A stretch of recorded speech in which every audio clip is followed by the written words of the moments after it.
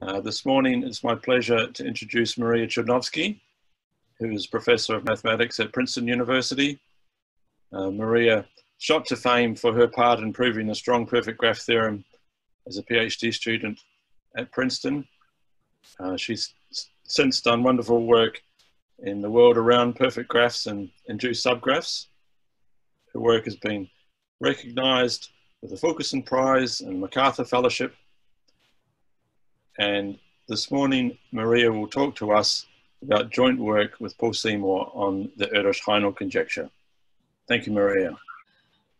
It's my pleasure to be talking at this seminar. I traveled to Australia by walking to my study, which is a very different experience from the one I had in December when I spent 24 hours on the plane. There are pluses and minuses to both approaches. And I'm going to talk about a very recent theorem with Paul Seymour that's related to a well-known problem in the world of induced subgraphs called the Erdős-Hajnal Conjecture, and I'll tell you more about it. Okay, so the sort of general question comes from the following area. If I exclude an induced subgraph in a graph, and I'll tell you in a minute what induced subgraphs are, but for now, let's just say it's some containment relation between graphs. If I exclude an induced subgraph in a graph, what can I say about the host graph? Right? It's a well-known phenomenon in graph theories. If you exclude a minor, then you can suddenly say a lot about the structure of the graph and the behavior of the graph and how the chromatic number behaves. But what happens if you exclude an induced subgraph? And all these things we're used to from the world of minors suddenly fail us. There's no structure. The chromatic number can be much bigger than the clique number. So it would be nice to understand if excluding an induced subgraph is just a local thing that happens in a graph, or whether it has a global impact on the whole graph. And so in around 1985, Erdős and Hajnal made a conjecture that roughly said excluding an induced subgraph is actually something that has global ramifications. Namely, if you exclude any induced subgraph, you should get either a very large clique in a graph or a very large stable set in a graph. So a clique is a set of pairwise adjacent vertices, a stable set is a set of pairwise non-adjacent vertices. And if you look at the random graph, then you expect to have a clique, maximum clique and maximum stable set to be log the number of vertices. But the Erdős-Hajnal conjecture says that for every graph H, if you exclude H as an induced subgraph, so you look at an n-vertex graph that doesn't contain H as an induced subgraph, then suddenly there's either a clique or a stable set of size n to the epsilon, where epsilon depends on H. So depending on what you exclude, you're going to get different exponent, but no matter what you exclude, the behavior will be n to some power versus log n, which is what you get when you didn't exclude anything. All right, so they made this conjecture, and people have been thinking about this conjecture on and off since the time when it was made. Erdős and Hajnal themselves proved a weakening of this, but I'm not going to survey known results, or almost none, only a couple. So, but let me first introduce some terminology just to say some words. So I'll say G has the Erdős-Hajnal property with respect to epsilon. If in G there's either a clique or a stable set, either a clique or a stable set of size, the number of vertices to the epsilon, right? So let's see, did I say anything important on the bottom half? On this slide, all I said was for every graph there's an epsilon, so that if you exclude, for every graph H there's an epsilon, so that if you exclude epsilon, so that if you exclude H, then there's a clique or a stable set, which is this big.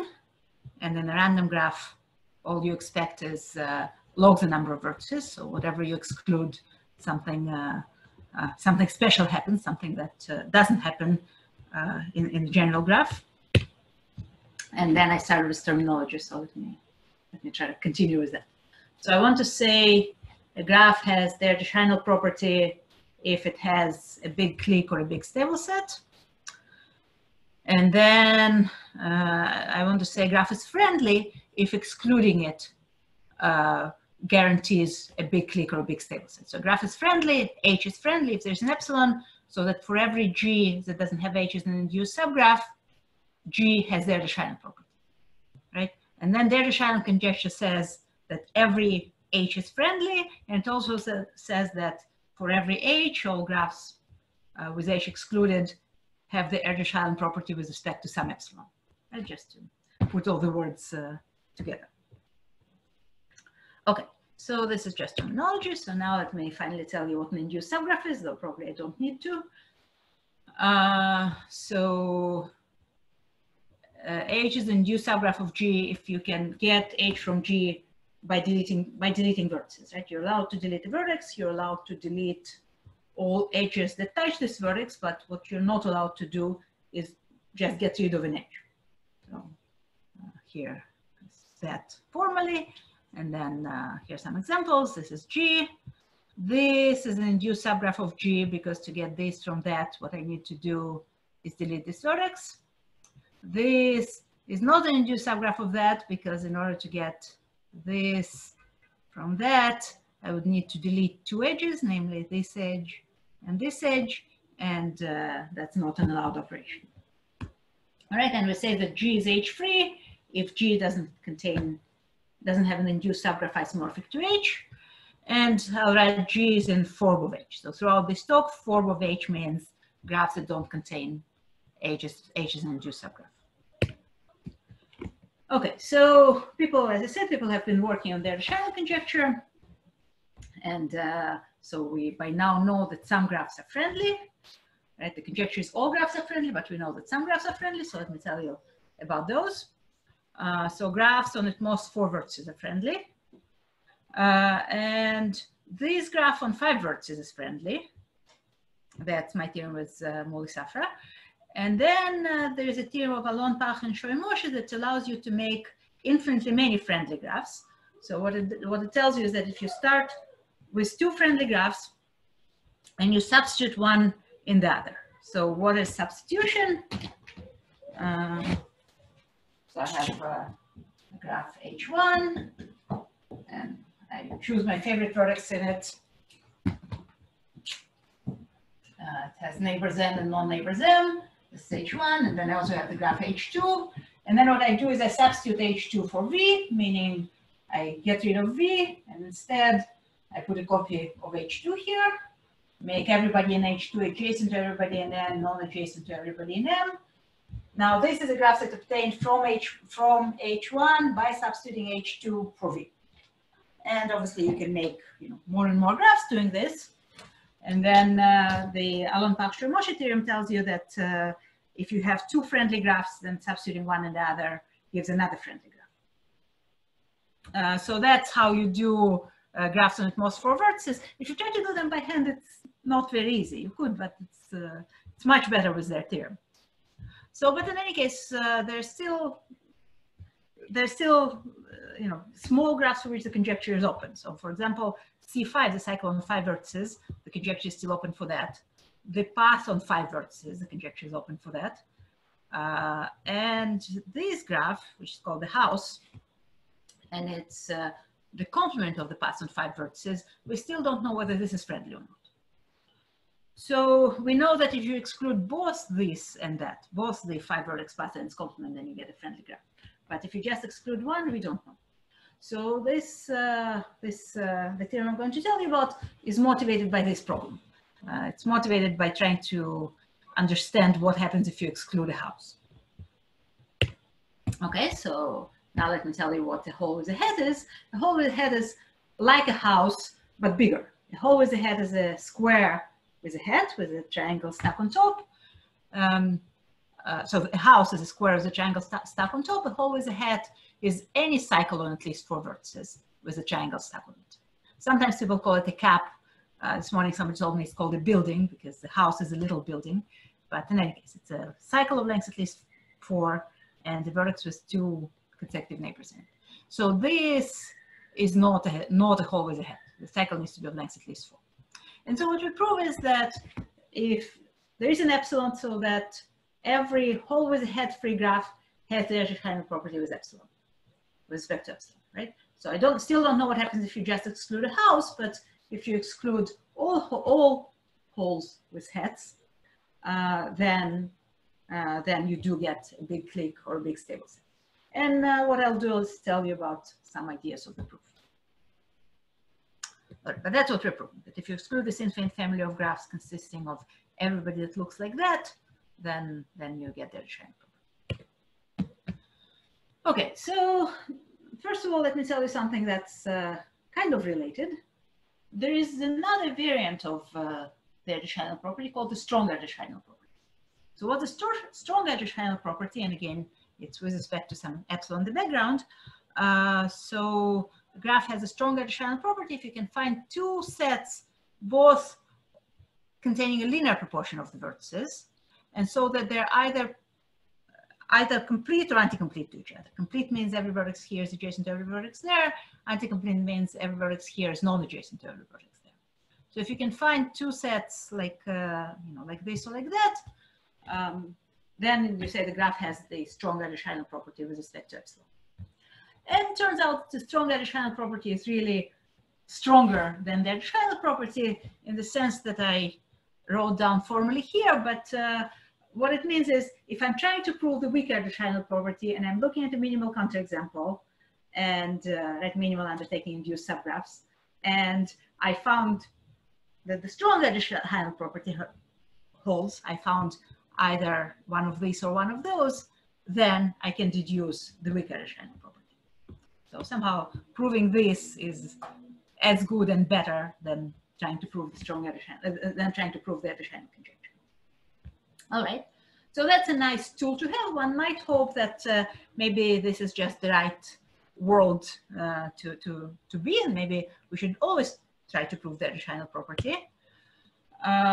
So you can try, except it's usually not true. So there is a recent theorem, well, not relatively recent theorem, less recent theorem, with Alex Scott, Paul Simmer, and Sophie Sperkel that says for every pair of forests, there's an epsilon, so that if you exclude one of the forests in G and one of the forests in G complement, then there is strong Erdős-Hajnal. And it was conjectured by Libinau and Filipchuk a couple of years earlier. But the thing is, that's as much as you can hope for if you're aiming for strong Erdős-Hajnal. You have to exclude a forest and you have to exclude a forest in the complement. So the Erdős-Hajnal conjecture is for all graphs. The Libinau-Filipchuk conjecture is as good as you might hope for, and it's true. Okay, but it's still, it's a nice tool. You know, if you're proving Erdős-Hajnal and you find it, and you suddenly found two big sets anti-complete to each other, you can celebrate. Okay, so that's one tool. Now let me tell you another tool. And this goes almost 20 years back now to the proof of the fact that the bool is friendly. So it's a concept of alpha narrowness. It's an alpha narrowness. It's another thing that's related to having the Erdős-Hajnal property. So I need 2 steps to define it. First of all, let me tell you what a good function is. A function, it's a function on the vertex set of a graph, and it goes to the closed 0-1 interval. And it's said to be good if this function sums up to at most 1 on every perfect induced subgraph. Right, so it's somehow, it's not too huge. Every time you look at the perfect graph, it only sums up to at most 1. And then the graph is alpha narrow if, so alpha is some constant bigger than 1. The graph is alpha narrow, actually probably bigger than 2 usually, if for every good function, the sum of the alpha powers over the whole graph is at most 1. So I tell you the function is not very huge because it behaves nicely on perfect induced subgraphs. The graph is alpha narrow if every not very huge function like that, if you make it even smaller, you raise it to the power alpha, then the sum over the whole graph is at most 1. And it's a theorem, it's not a hard theorem, that if a graph is alpha narrow, then it has the Erdős-Hajnal property with respect to 1 over 2 alpha. What you do is you look at the function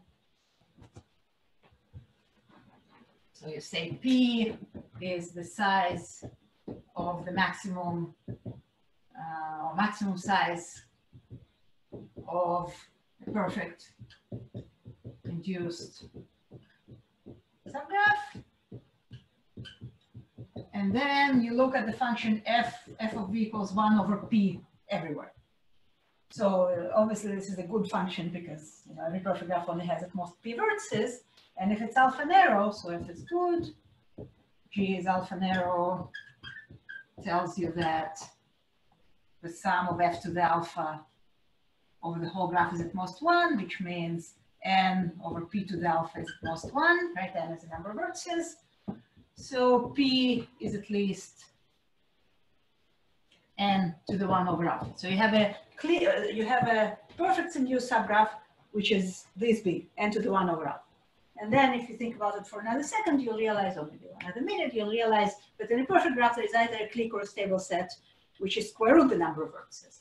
So you have a perfect graph, which is this big, and that tells you that either there's a clique or there's a stable set of size square root of that, which is this much. All right. So that's how you use alpha narrowness. That's why alpha narrowness is another good tool for proving the Erdős-Hajnal conjecture. And in fact, this time it's equivalent. It's a theorem of Jacob-Fox that if you have a graph with the Erdős-Hajnal property, and so what you want is, actually, as I said here, that every induced subgraph has the Erdős-Hajnal property with respect to epsilon, then the graph is 3 over epsilon narrow. So somehow, if you're thinking about a class of graphs closed under induced subgraphs, then proving alpha narrowness and proving Erdős-Hajnal is the same. Okay, and then an important tool in the proof for the bool, that the bool is friendly, was to show that if you take two alpha narrow graphs and you substitute one in the other, then you get another alpha narrow graph. And that allows you to, again, prove that bigger and bigger graphs are alpha narrow. Okay, so we're going to use this idea here, but in a slightly different way.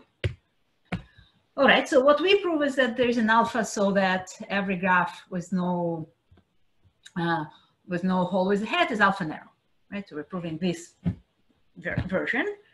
And very roughly, the proof strategy is we're gonna either get one tool to work or get the other tool to work.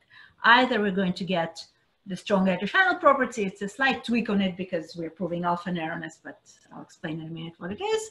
But roughly, either we get the strong Erdős-Hajnal property, or we get a large portion of the graph that's simpler, meaning it's obtained by substitution from alpha prime narrow graphs. So with Safra, we had the result that if your graph is obtained by substitution from alpha narrow graphs, then it's still alpha narrow. Here we don't have that. We have that a big chunk of the graph is obtained by substitution, so it's weaker. It's not the whole graph, it's only a portion of it. But on the other hand, it's obtained by substitution from alpha prime narrow graphs for some smaller alpha prime. And then you get to make it work for you this way. Okay, so let me explain some details. Okay, so we fixed some very small alpha. So from now on, everything's going to be imprecise. Everything's going to be very small or very big, or a good chunk, but you can make it precise. So we fix a small alpha, and we're looking at a graph which has no hole with a head. It's not alpha narrow. All its induced subgraphs are alpha narrow, and now we're going to try and get a contradiction. So okay. So it's not alpha narrow. That means there is a function which is a good function, right? It's a function from the vertex set into 0, 1, sums up to at most 1 for every perfect induced subgraph, but the alpha powers sum up to more than 1. And let me define a weight on this graph, on the vertices of this graph is going to be the alpha powers of this function, right? So I've now committed to one function that doesn't work. Right? I'm proving alpha narrow, there's one function that doesn't work. I'm now not thinking about any other good function. I'm committed to this one.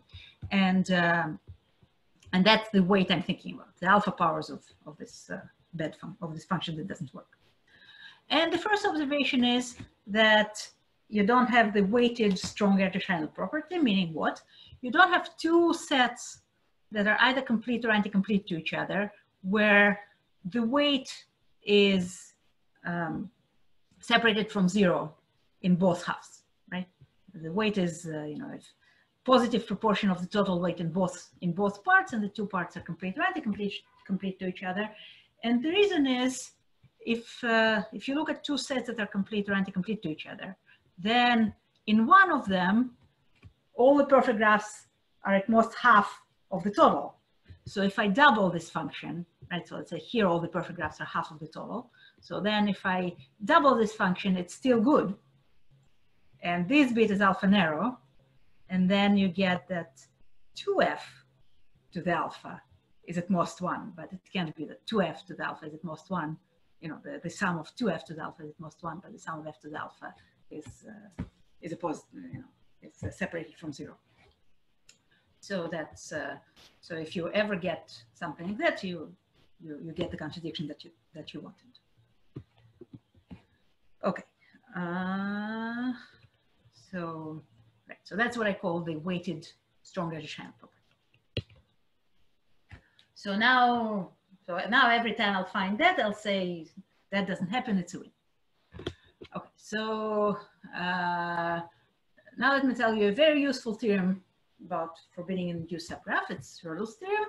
It says if you forbid any induced subgraph, then there's a large portion of the graph, large meaning positive proportion of all the vertices, that somehow behaves much nicer than you expected, well, than I expected, meaning either all degrees are at most epsilon times the number of vertices, or all degrees are at least 1 minus epsilon times the number of vertices. So it's a positive proportion of the graph, and now either all the degrees are tiny or all the degrees are huge. Okay, so that's useful. Now, let me tell you a weighted version of that, a version of that that works for alpha narrowness. So it's the same story. For every graph that I exclude and for every epsilon, there is a C.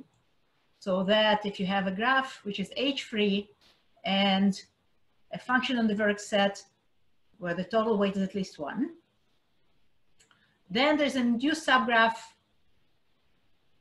with relatively large weight, so that either all degrees are small, meaning for every vertex, its neighbors have weight at most epsilon, or all degrees are huge, meaning for every vertex, its neighbors have total weight at least 1 minus epsilon. So far it's the same, except I cheated you a little bit. I may need to reduce the weights. I started with some weights, so now I promise there's a portion of the graph, possibly I reduced some weight, but the total weight is still big enough. The total weight is still some positive proportion of the weight I started with. And then same as in Erdős' theorem, either all, for every vertex its neighborhood has small total weight, or for every vertex its non-neighborhood has small total weight. Okay. And so these are theorems that are hard to digest, but it's 2 more slides and we'll be done with it. Okay, next slide is, if you forbid the complement of a 5-vertex space, if you forbid the house, then, this theorem gave me 2 outcomes. Maybe all degrees were small, maybe all degrees were big. Here I get to refine a little bit further. It's all the same stuff, except now I forbid a specific graph. I forbid the complement of a 5-vertex path, so you can forbid the complement of any vertex, of any path you like.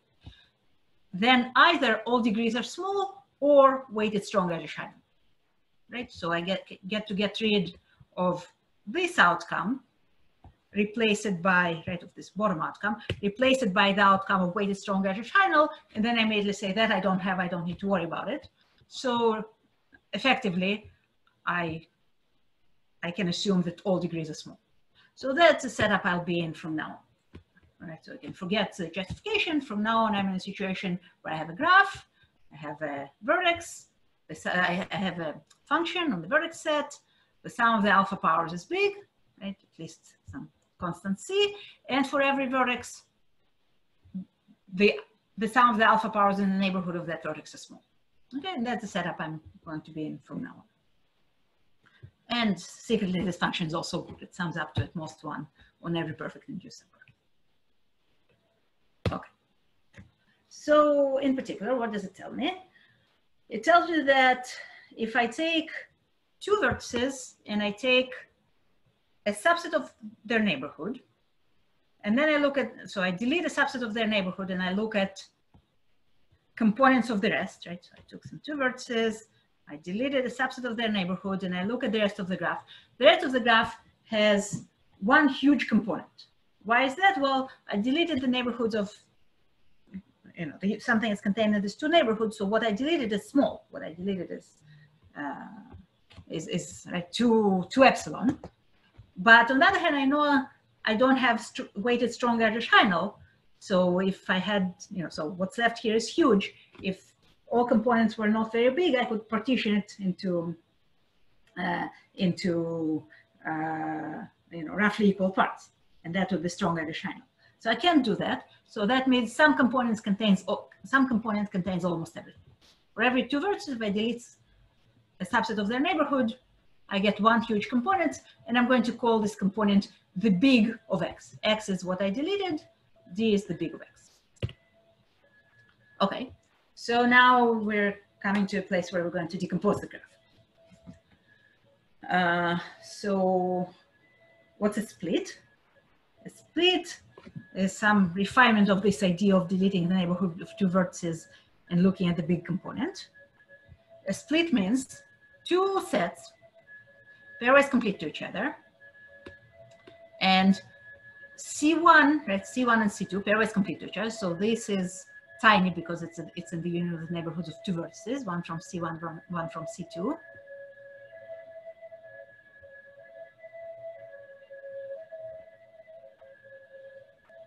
Sorry about the ambulance. That's how you can monitor the pandemic in New York, how many ambulances you hear. I'm pleased to report it's now back to normal frequency of ambulances. It was pretty intense here about 2 months ago. Okay, so a subset contained in the neighborhood of 2 vertices, and then I look at the big component for this. Oh yeah, sorry. So I started saying C1 has the property that it's both connected and connected in the complement. And then if I look at the big component that I get by deleting C1 union C2, it does detach in C1, right? So that's a split. And if you have a split, then we make something called the split decomposition out of a split separation out of it. What's a split separation? It's when you take, on the side of C1, you take all components, you know, G delete C1, C2 that attach in C1, and then on the side of C2, you put all the rest. And in particular, the big of C1, C2. So that's a split separation. Starting with a split, you grow to a split separation that looks like this. And the theorem is that there are split separations in graphs with holes with heads. And not only are there split separations, there are actually split separations that you can trace through the graph. There's split separations whose origin you can control. You can trace. So meaning what? So a forcer is 2 4-vertex paths complete to each other, 2 P4s complete to each other. And every forcer, the first theorem is that every forcer is broken by a split. So it means this picture, right? If I take it for every forcer, for every 2 4-vertex paths complete to each other, there's a split, meaning there's a C1 and a C2, and they're big, that doesn't attach in C1, so that one of the 4-vertex paths is contained in C1 and one is contained in C2. And then you bootstrap it to a split decomposition of the whole graph. So now you have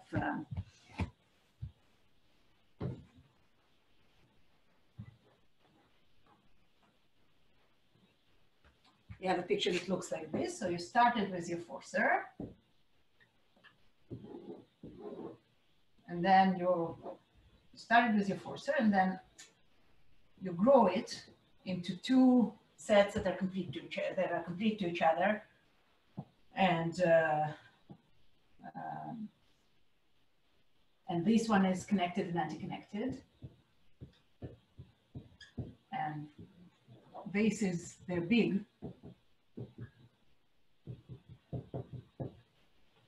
There are no edges here.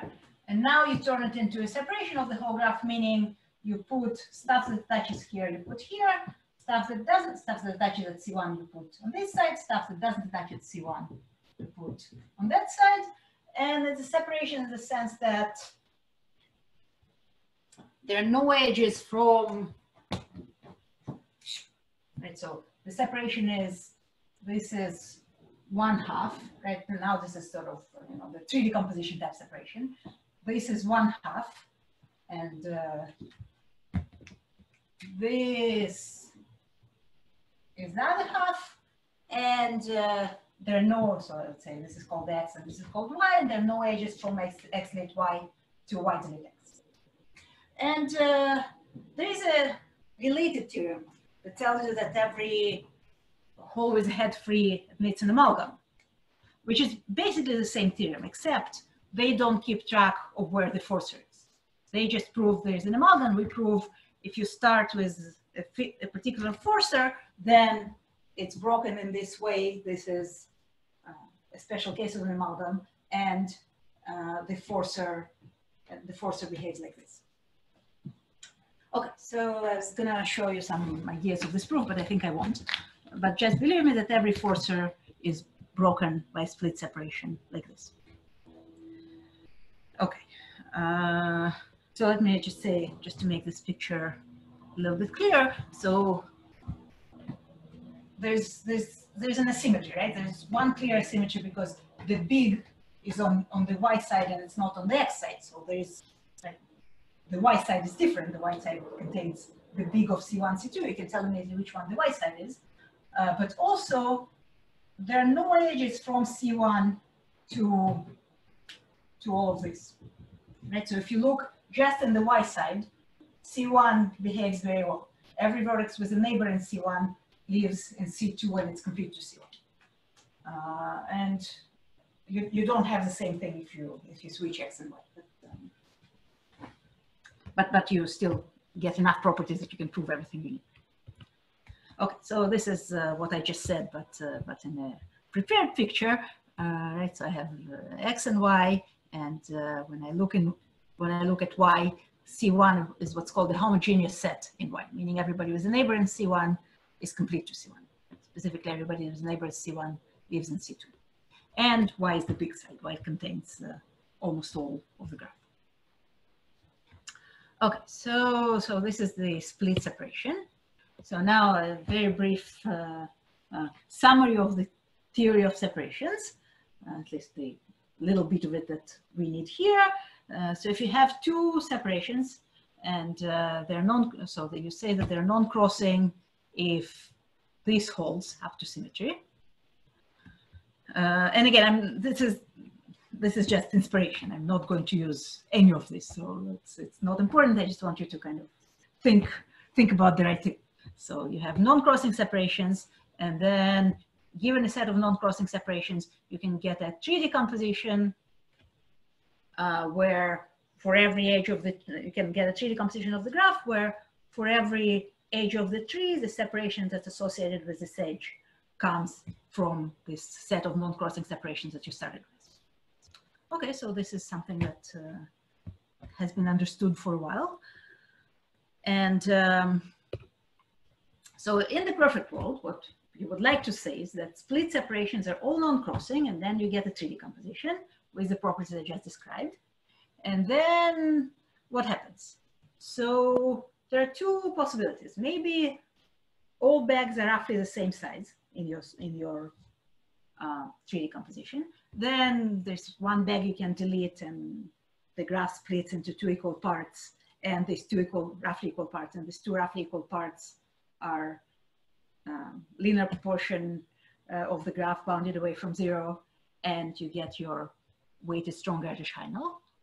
And then the other option is there's a large weight bag, right? If there's no large weight bag, that's true for all tree decompositions. There's no large weight bag, then you get a balanced separation of the graph.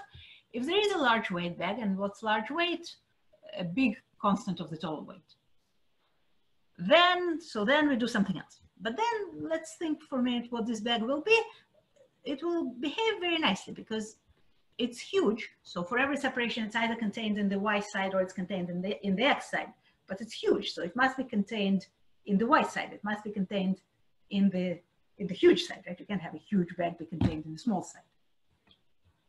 So then remember the y side, we like the y side very much. In the y side, C1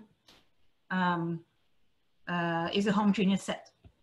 So you have this bag, it's in the intersection of a bunch of y sides.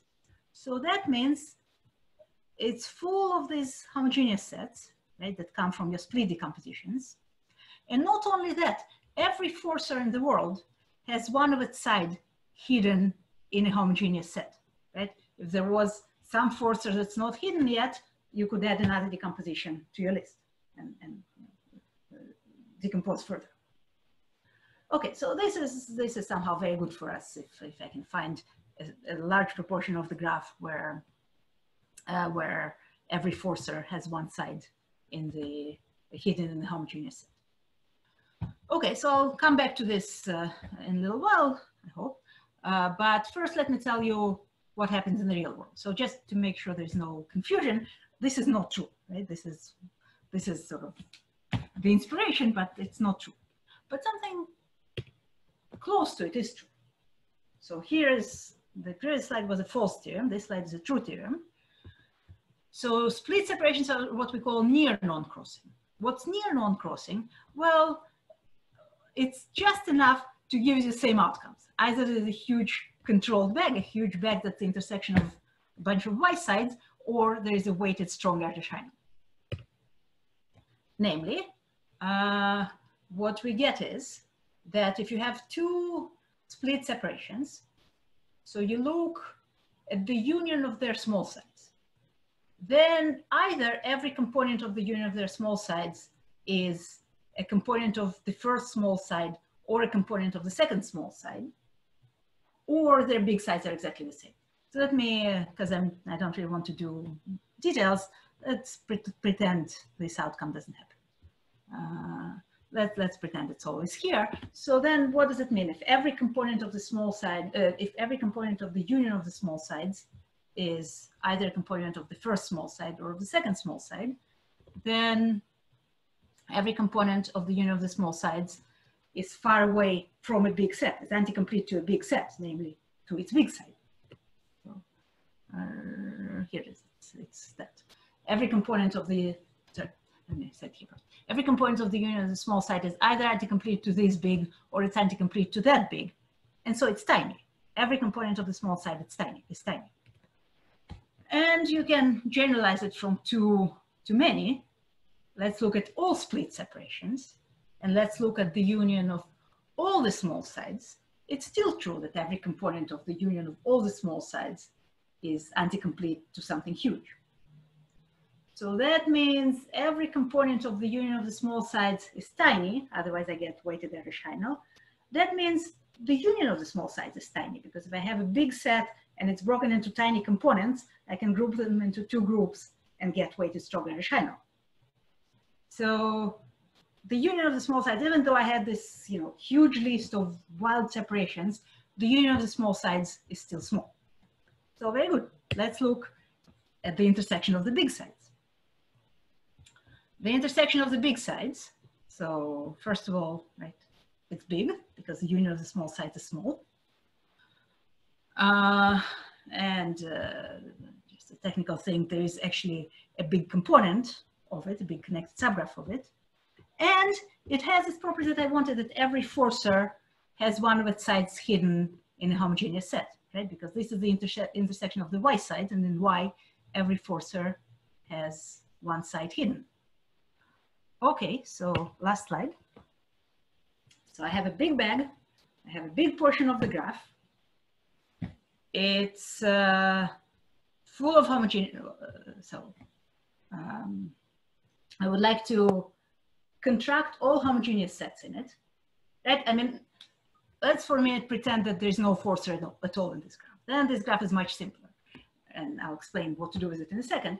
But so it's not true that there's no forcer at all, but it's true that it's obtained by some substitution, starting from a graph with no forcers, and then you blow up this, some vertices into homogeneous sets. Okay, so that's where we are.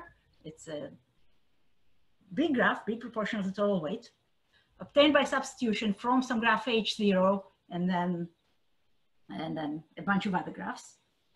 And the property is that the things that you substitute, they're alpha narrow, but the thing that you substituted into is much better than alpha narrow. It's forcer free, and therefore by the Alon-Pach-Shiramoshi theorem, it's 30 narrow. So suddenly you have an actual number 30. And then it turns out that this is enough to prove that the whole thing doesn't actually have a big alpha weight. If you started with something which is 30 narrow and then substituted a bunch of alpha narrow parts, you can't even have that. You can't even have the total alpha weight be a positive proportion of the total weight. And that's how you finish the proof. Thank you very much. I'm sorry? What's the next step that you're taking? I don't know. I still hope to do the house, right? But there's some big obstructions there? Yeah, there's this nice split decomposition. You start with two, you start with a forcer and somehow the graph grows in an obvious way. And the reason is that you have an obstruction of an arbitrary size. You can say, if I walk from here to there, no matter how long the path is, eventually I have a chance of getting my obstruction. But if your obstruction is only on 5 vertices, then it's not going to tell you anything about long paths, so it's hard to get decompositions. So that's the main obstruction to me. I see. So given that the 5 cycle is still open for Erdős-Hajnal, and it's such a natural graph, do people try and disprove the Erdős-Hajnal just for the 5 cycle? Is that something that's actively? I hope so. They should be. They should be. I think they should be trying very hard to disprove the Erdős-Hajnal for the 5 cycle. That would put a lot of people out of their misery. Okay. I don't have any ideas for how to do it, but I really wish. Of course, otherwise you would have already done it. Are there any other questions?